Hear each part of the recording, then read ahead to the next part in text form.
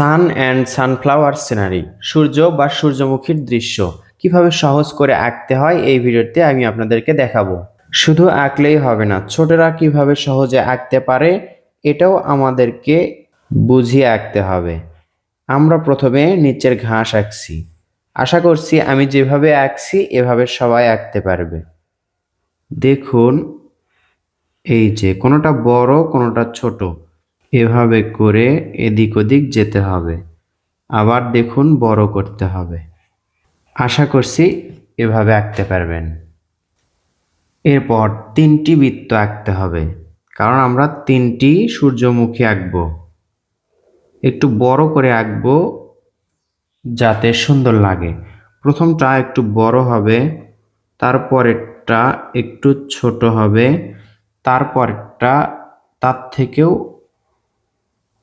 একটু ছোট, মানে এটার থেকে একটু ছোট। এই দুইটা একই সমান রাখতে পারেন। এবার আমরা কি করব, এর মাঝে ক্রস করব, এভাবে দাগ দিব। আমরা সূর্যমুখী ফুল আরো সুন্দর করে আঁকতে পারি। আমাদের মাথায় রাখতে হবে এটা হচ্ছে আমরা ছোটদের জন্য আঁকছি। এভাবেই তাদের জন্য সহজ হবে এবং সুন্দর হবে, পারফেক্ট হবে। ছোটদের যেরকম ড্রয়িং হয় সেভাবেই আমি আপনাদেরকে দেখাচ্ছি। স্কুলে যখন ড্রয়িং আসবে, একটি সূর্যমুখী ফুল বা সূর্যমুখী ফুল এবং সিনারি, সাথে সূর্যও থাকতে হবে। তখন আপনারা এভাবে আঁকতে পারেন। যদি বলা হয় একটি সূর্যমুখী ফুল, তখন একটি সূর্যমুখী ফুলই রাখবেন। আমি 3টি ফুল আঁকছি। যদি সূর্যমুখী ফুল এবং সূর্য আঁকতে বলা হয় সিনারি সহ, তাহলে এটা এভাবে আঁকতে পারেন। এই শেপটি করে নেওয়ার পর এখানে দেখুন আমরা ফুল আঁকবো। এভাবে আমি ফ্রি হ্যান্ড ড্রয়িং করছি। কোনটা ছোটদের জন্য সহজ হবে সেটাও আমি আপনাদেরকে এঁকে দেখাবো। একটু অপেক্ষা করুন। এভাবে পাপড়িগুলো আঁকতে হবে একটু বড় করে, জাস্ট এতটুকুই। এর মাঝে আর কিছু আঁকার প্রয়োজন নেই। যদি চান এভাবে আঁকতে পারেন। যদি আপনার সোনামণি পায়, এভাবে যদি আঁকতে পারে তাহলে আঁকতে পারেন। যদি না পায় তখন এভাবে ফাঁকা রাখবেন। এবার এখান থেকে সোজা একটা দাগ আঁকতে হবে, এখান থেকে একটা সোজা দাগ। এবার কি করতে হবে, এখানে একটি পাতা আঁকতে হবে। এভাবে দাগ দিয়ে আমরা পাতা আঁকবো ডাবল করে। এই যে দেখুন একটি পাতা, একটু গোল করার চেষ্টা করবেন। সূর্যমুখীর পাতা একটু গোল হয়। এখানে জায়গার অভাবে আমি চিকন করে আঁকছি। রং করলে এগুলো সুন্দর লাগবে। তো বন্ধুরা, এখন দেখুন সহজ করে কিভাবে আঁকবেন। এটা যদি কঠিন মনে হয় তাহলে দেখুন এভাবে একটা সোজা দাগ আঁকবেন। এই যে ক্রস করলেন, এখান থেকে এটা ক্রস করলেন এই বরাবর, অথবা আপনারা এভাবেও দাগ আঁকতে পারেন। এখন দেখুন এখানে আমরা পাপড়ি আঁকবো কিভাবে। এই মাঝে থেকে এই মাঝেরগুলোতে একটা করে দাগ আঁকবেন। এখান থেকে পাপড়ির শুরু হবে। আমি সহজ করে আপনাদেরকে বোঝাচ্ছি। এখন সরাসরি সাইন পেন দিয়ে আমি আঁকছি। সাইন পেন দিয়ে আঁকার কারণ হলো, সাইন পেন দিয়ে আঁকলে স্পষ্ট বোঝা যায়। আপনারা পেন্সিল দিয়ে ড্রয়িং করবেন, ভুল হলে সেটা মেশাতে পারবেন।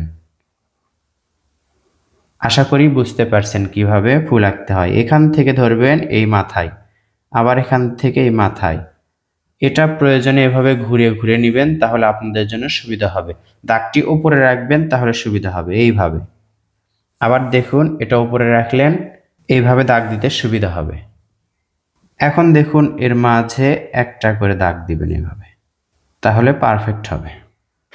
একই রকম করে এখানেও আমরা দেখাই। দেখুন এই যে সোজা দাগ, এই যে যোগ চিহ্নর মতো হলো, আবার এখানে আবার এটা ক্রস হলো। পেন্সিল দিয়ে আপনারা আঁকবেন এই মাঝে থেকে এভাবে, মাঝে থেকে এভাবে। আমি এটাতে আর দাগ দিয়ে দেখাচ্ছি না, যেহেতু আপনাদেরকে বোঝানো হয়েছে।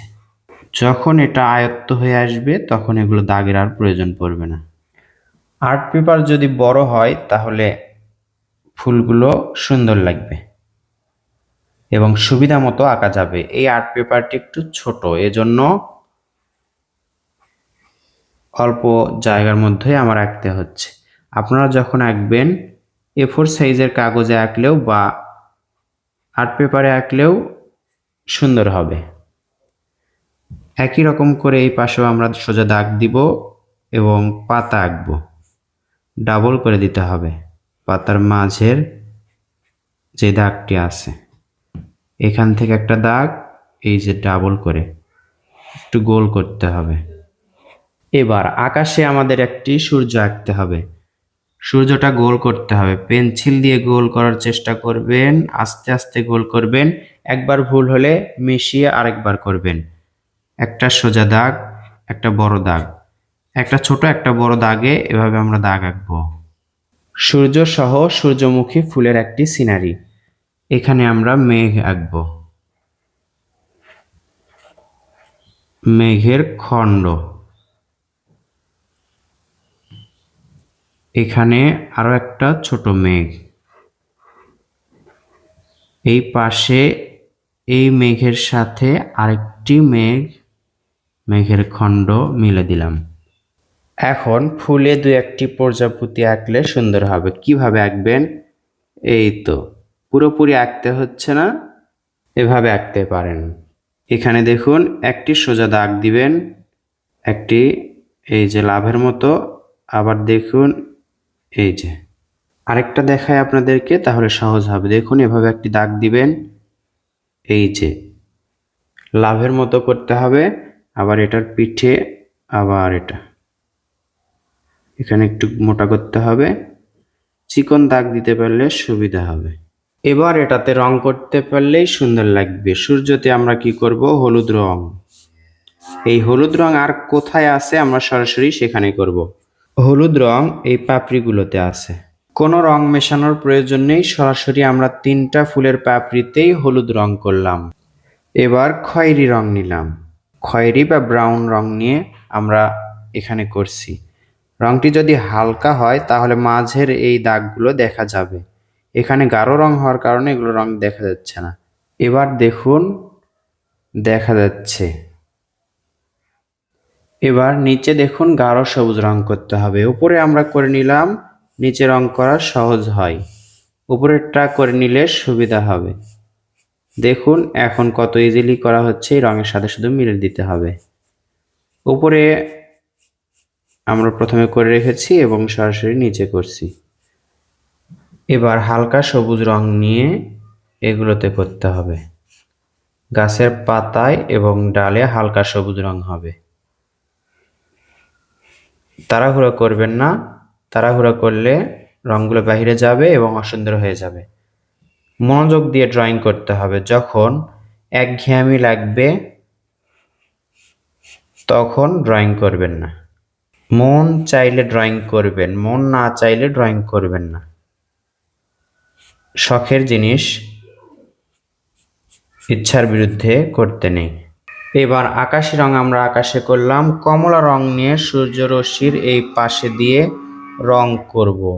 তাহলে দেখুন কেমন লাগছে, আশা করছি এটা অনেক সুন্দর লাগছে। প্রজাপতির গায়ে পাখায় আমরা গোলাপি রং করলাম একটাতে, আরেকটাতে আমরা বেগুনি রং করলাম, আরেকটাতে হালকা গোলাপি। তো বন্ধুরা দেখুন সহজ ড্রয়িং সুন্দরভাবে রং করার কারণে কত দারুণ লাগছে, চমৎকার লাগছে। আশা করছি এই কৌশলে ড্রয়িং করলে আপনার জন্য সহজ হবে, আপনার সোনামণিরা সহজেই শিখতে পারবে এবং আঁকতেও পারবে। এই ড্রয়িংটি আপনার প্রিয় সোনামণিকে শিখে রাখুন। আশা করছি এই ড্রয়িংটি বেশ উপকারী হবে বলে মনে করি, কারণ বেশিরভাগ পরীক্ষায় এরকম ড্রয়িং থাকে। সূর্যমুখী ফুল এবং সূর্য এবং সূর্যমুখী ফুল সহ একটি সিনারি আঁকতে বলা হয়। ইংরেজিতে লেখা থাকে সান অ্যান্ড সানফ্লাওয়ার সিনারি। ছোটদের এরকম আরও ড্রয়িংয়ের ভিডিও পেতে আমাদের চ্যানেলটি সাবস্ক্রাইব করুন এবং পেজটি ফলো দিয়ে রাখুন। কেমন লাগলো অবশ্যই কমেন্ট করে জানাবেন। আসসালামু আলাইকুম।